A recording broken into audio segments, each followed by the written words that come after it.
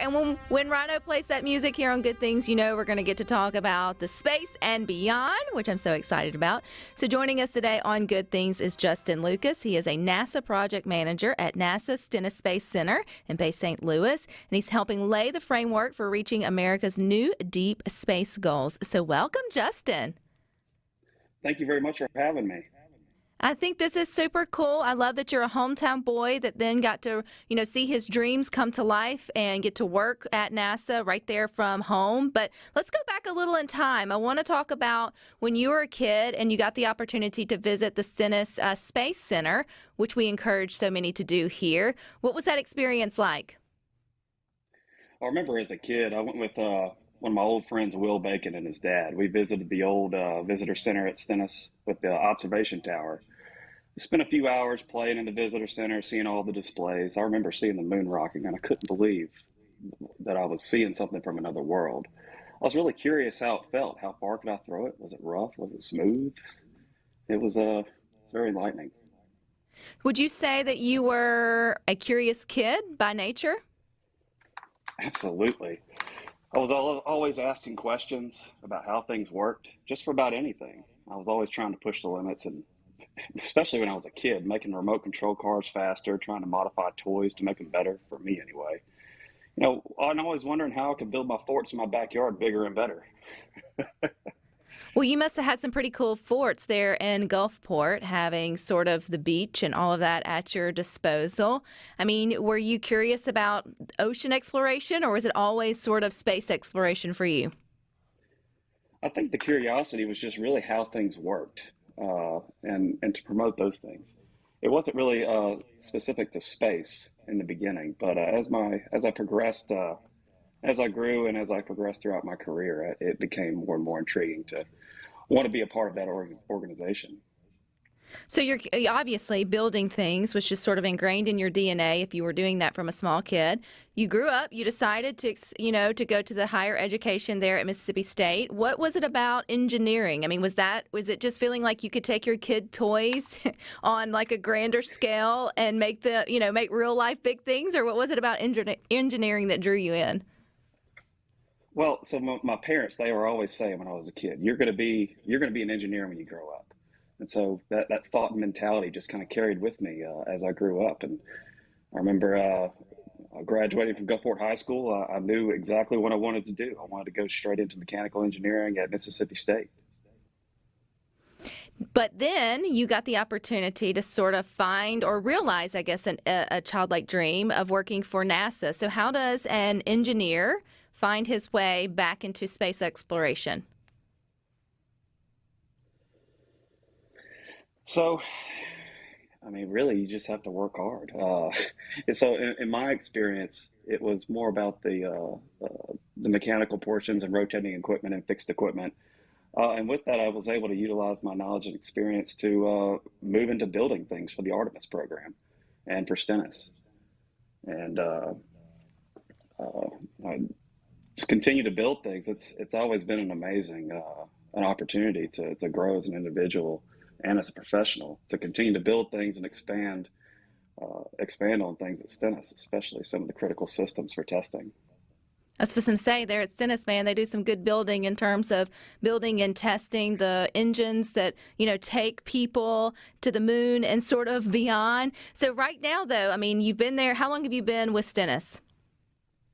We're since since February of 17. Since February 2017, and so you have sort of gotten to be over different projects. Are those all top secret, or can you share with us here on Good Things some of those fun projects that you've gotten to work on? Oh no, they're not top secret. They include high pressure gas piping, kind of a cross country piping system, over 20,000 feet of helium, nitrogen, and compressed air piping. Also, the what we call our C6 and C8 air compressors, they push out about 3,000 psi at about 850 SCFM. So real big compressors, and then the dryer to dry the air down to negative 60 at least, negative 60 or negative 80 dew point. High pressure gas meters, the E-complex deluge electrical refurbishment. I've just got a lot going on at Stennis, and it's been a lot of fun. It's been a lot It of sounds fun. like it sounds like a lot of fun. It sounds really complicated. It sounds like it would take a lot of teamwork, not only in engineering, but It then I think does. there at NASA. So, what is the importance of being able to, work on a team or to have that good team camaraderie to get to the next level when it comes to space exploration? Well, teamwork's really critical, especially the diversity in teams. Uh, I think that communication and diversity are some of the most important things that make up a good team. It's important to bring it up in the workplace for new perspectives and attain a broader and more adaptable range of solutions. So having a team is critical for success. For those listening that may have kids that are interested in engineering or space exploration or any of those like kind of cool jobs, I mean, it feels like you should also hammer home that they need to be able to work on a team. They should learn those team, skills because getting big jobs like what you have or managing projects that all requires being able to work with others and work through, I would think, a lot of highs and lows to ultimately get to the goal that everybody wants. Nobody can get to space alone, I think is what I'm trying to say. Absolutely, absolutely. In my experience, success is never a one-man show. It takes working with others to really make a difference. So have you gotten a chance to touch a moon rock? No, that'd be Still, great though. I would feel No, like at least now, so they're not just, okay, so this is my simple mind, Justin. I feel like there's just moon rocks and like cool things lying around there at Stennis for, people who actually have a badge of importance, but still know that's like even more next level astronaut kind of stuff. I'm not sure where they keep the lock and key to that fancy stuff. Oh man, one day we'll figure it out, Justin, and you and I both will get to at least maybe get a little bit closer to a moon rock. Probably they probably wouldn't let either one of us touch it, to be honest, but that's okay. We can still dream. And if you go back to the dreaming that you did as a kid, there visiting the Stennis Space Center, and thinking about moon rocks. I mean, there's so many young students in Mississippi that visit or come through or just hear about Stennis's, connection to getting the next people to the moon. I mean, what's your words of encouragement that like it can be done? Anyone can find their way to be part of such a great organization or a great team or a great exploration? I'd say never stop dreaming of what you can be. Never stop asking questions. Soak in as much as you can. Let your interest and curiosity drive you.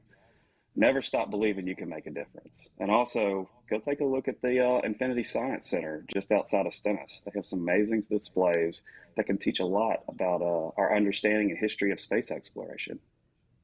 Which I know you're getting to help with or I guess the team that's trying to get the next humans to the moon.